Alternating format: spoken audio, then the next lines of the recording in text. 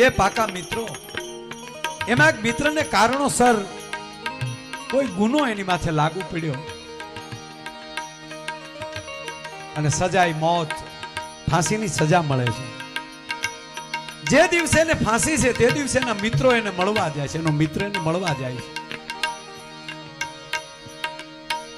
મિત્ર ઉભો છે, અધિકારીઓ ઓલાને પૂછે છે, તારી છેલ્લી ઈચ્છા છે ભાઈ કાંઈ? આ માણસ એમ કહે છે અધિકારીને, આવું હોય નહીં, આ દ્રષ્ટાંત છે.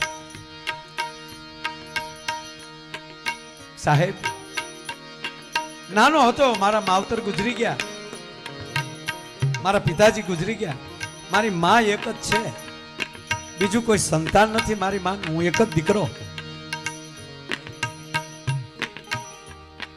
આપે મને ફાંસીની સજા આપી છે. આમ તો જો કે કાયદો એવું છે કે જેનું એકલો તો સંતાન હોય એને ફાંસી ના આપી શકે,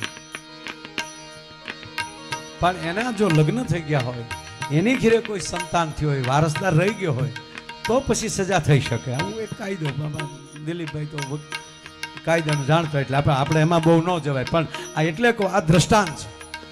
હા, એટલે કહે છે કે મારા જનેતાને બીજું કોઈ છે નહીં, આપ જો મને 2-5 દિનની રજા આપો તો હું મારી માનું કઈક વ્યવસ્થા કરતો આવું. સાંભળજો આ વાત. એમાં એનો જે મિત્ર સાંભળતો હતો એમાં ઓલા અધિકારી કીધું કે ના, એવું ન, તને અહીંથી જવા ન દેવાય, તું જઈ ન શકે, પણ હા કોઈક એવો જામીન આપી દે કે તારે બદલે તું ન આવ ત્યાં સુધી ઈ અહીંયા રહે, અને તું ન આવ તો ફાંસીને માથડે ઈ ચડી જાય. આવો જામીન આપે. મરવા જામીન કોણ થાય સાહેબ? એમાં ભાઈબંધ સાંભળતો હતો ને, એ ધીરે ધીરે આવ્યો, અધિકારીને કીધું કે હું 1 મિનિટ મળી શકું મારા મિત્રને? ખા, મળી લ્યો.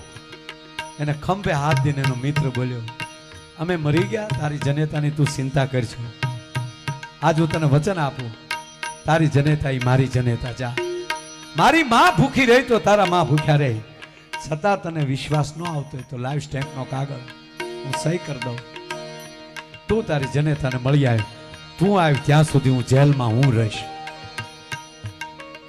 જામીન લેવાના ઓલો ગયો સાહેબ. 1 દી 1 રાત, 2 દી 2 રાત, 3 દી 3 રાત મુદત પૂરી થઈ, ઓલો ન આવ્યો.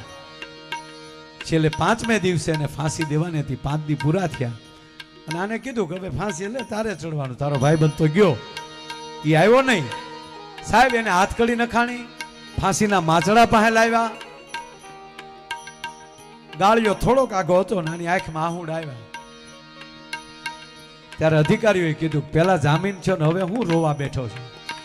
ત્યારે એને કીધું સાહેબ માફ કરજો, જગત રોવે ને હું રોઉં છું એમાં ફેર છે. ફેર કે હા, મારી એક આંખમાં હરખના આહું છે, બીજી આંખમાં દુઃખના આહું છે. હરખના આહું છે એ ઠેકી ઠેકીને બહાર નીકળે છે, દુઃખના આહું છે એની સીધી ઊભી લીટી થતી જાય. સુખના આહું એ ટાઢા છે, દુઃખના આહું ઊના છે. દુઃખના અને હરખના કે હા, હરખ એ વાતનો છે કે આ ભાઈબંધને બદલે ફાંસીને માથડે ચડું છું એનો હરખ છે. તાક તો દુઃખ કઈ વાતનું છે કે દુઃખ એ વાતનું છે કે આ જગતના ચોકમાં મારો ભાઈબંધ જીવતો નહીં હોય, નહીતર આવ્યા વગર ન રહે, એનો મને ભરોસો છે સાહેબ. આ ભરોસાની વાત છે મારો કહેવાનો અર્થ. સુદામાને એટલી ખબર નહોતી કે આવી રીતે મારો બાપ દોડ્યો આવશે, પણ સાહેબ ખંભા ઉપર પિતાંબર પડી ગયું ભગવાન. અને મારે વાત એ કરવી છે, અત્યાર સુધીમાં ભગવાન કૃષ્ણના ખંભેલી પિતાંબર 2 વાર પડ્યું છે. એકવાર દાદો ભીષ્મ આવ્યો ને કુરુક્ષેત્રના મેદાનમાં, દાદા ભીષ્મ દુર્યોધનનું ખાઈને આવેલો અને પ્રતિજ્ઞા લીધેલી કે આજ કૃષ્ણની પ્રતિજ્ઞા ના તોડાવું તો ગંગા સૂત ન કહાવું, ગંગાનો દીકરો મટી જાવ. તપેલ ડ્રામા જેવી દાદા ભીષ્મની આંખ થઈ ગયેલી અને પછી તો જહાં દેખો તહાં ભીષ્મ. ધોબો ધોબો હાહાના લોહી આંખમાં નાખ્યા હોય, એક પણ એમ કહેવાય શ્વેતકણ નહીં. દાદાના થલના રૂવાડા ભેગા થઈ ગયેલા અને બાણ ઉપર બાણ દાદો ભીષ્મ મળ્યા મારવા. ભગવાન કૃષ્ણ કહે છે કે અર્જુન સાવધાન, અર્જુન સાવધાન, આજ આવ્યો દાદો. સાહેબ ભગવાન કૃષ્ણના વસ્ત્ર ચીરતા જાય હો ભીષ્મના બાણ. સાવધાન અર્જુન, સાવધાન અર્જુન, સાવધાન અર્જુન. અને હેમાલી દાદાને પગની માથેથી રેમાન ગઈ અને ઠે ઠે ઠે ઠે ઠે કરતો બાણ એમ કે ભાઈ રથ ઉપર નાખ્યું. રથ ઉલ્યો, અશ્વ છૂટા થઈ ગયા. આ બાજુ કૃષ્ણ આ બાજુ અર્જુન પડી ગયા. એ જેવા રથ થી નીચે ગયા દાદાએ ધનુષ બાણ હેઠા મૂકી અને વીજળીના સોટા જેવી શમશેર બારી કાઢી સાહેબ. અને દાદો ભીષ્મ પેગની પે પેર દિયો, પેગની હિલાઈ દિયો, રથની પેગની ઉપર પગ દે અને ધરતી ઉપર જાય. સાહેબ નાની એવી હોડીમાં હાથીને મૂકવામાં આવે અને હોડી જેમ હફક દફક થતી હોય એમ પૃથ્વીના છેડા દિગ્પળોના હાથમાં હલતા થતી હતી. અને દાદો ભીષ્મ ચડાપ ચડાપ ચડાપ આમ ત્યાં ડગલા મેળ્યા. જે બાજુ અર્જુન અને કૃષ્ણ પડ્યા છે એ બાજુ ભગવાન નારાયણ મેળ્યો ફાફા મારવા.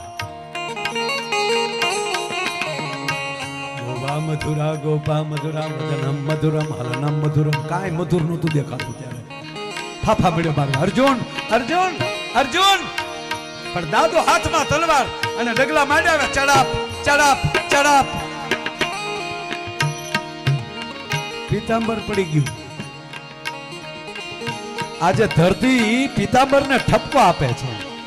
એ પીતાંબર રોજ હારે રહે છો નારાયણ ને હારે, અને આજ મારો નાથ જ્યાં નીચે પીડ્યો છે તો ત્યાંય સાથ મૂકી દીધો. ત્યારે અંબર પીતાંબર કહે છે કે માં ધરતી મારું નામ પીતાંબર છે. પિત્ત કહેતા શરીર, અંબર કહેતા ઢાંકણ. હું શરીરનું ઢાંકણ છું. પછી કૃષ્ણનું ઢાંકણ શરીર ઢાંકવું કે તારું શરીર ઢાંકવું એમાં ફરક શું પડે? કે ના ના ના, તું મધુસૂદનના શરીરનું ઢાંકણ છો. અને આજે માધવ કુરુક્ષેત્રના મેદાનમાં પીડ્યો છે અને તું કાયમ હારે રહેવા વાળું, અને અત્યારે તે સાથ મૂકી દીધો.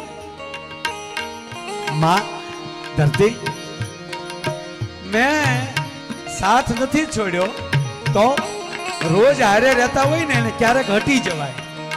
કે કેમ? તાકે હું ભગવાન કૃષ્ણે પ્રતિજ્ઞા લીધી ત્યારે હું હાવ નજીક હતો કે હું 18 દિવસ હાથમાં હથિયાર નહીં લઉં. કે હા એ મારથી ભોઠો ન પડે ને એટલે ઘડી ઘટી ગયું. તાક આગળ લેવાનો છે એટલે એ ભોઠો ન પડે. અને ભાંગલા રથનું પૈડું આવી ગયું આવું લખે છે વ્યાસજી, પણ આવ્યું તું સુદર્શન જ અને હજી પ્રભુ ગોઠણિયા ફેર ન થયા.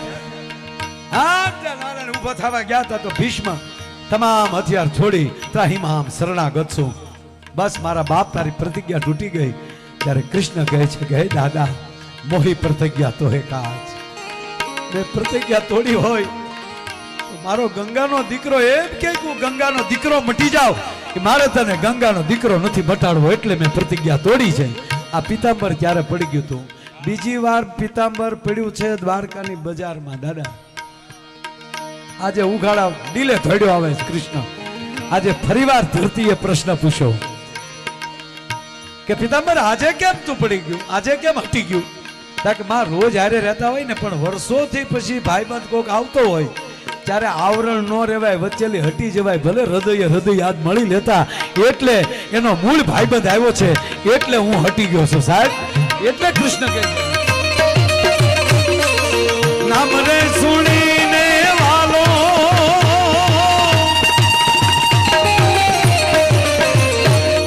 દોડ્યા ગીરધારી રે,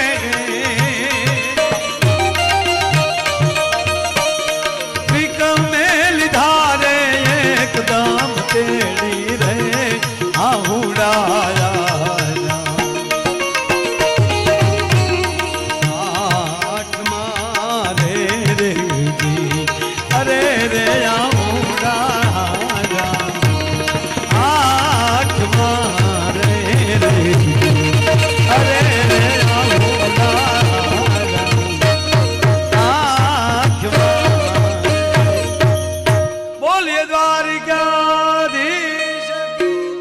रामचंद्र भगवान की, भारत माता की, नमः पार्वती पति।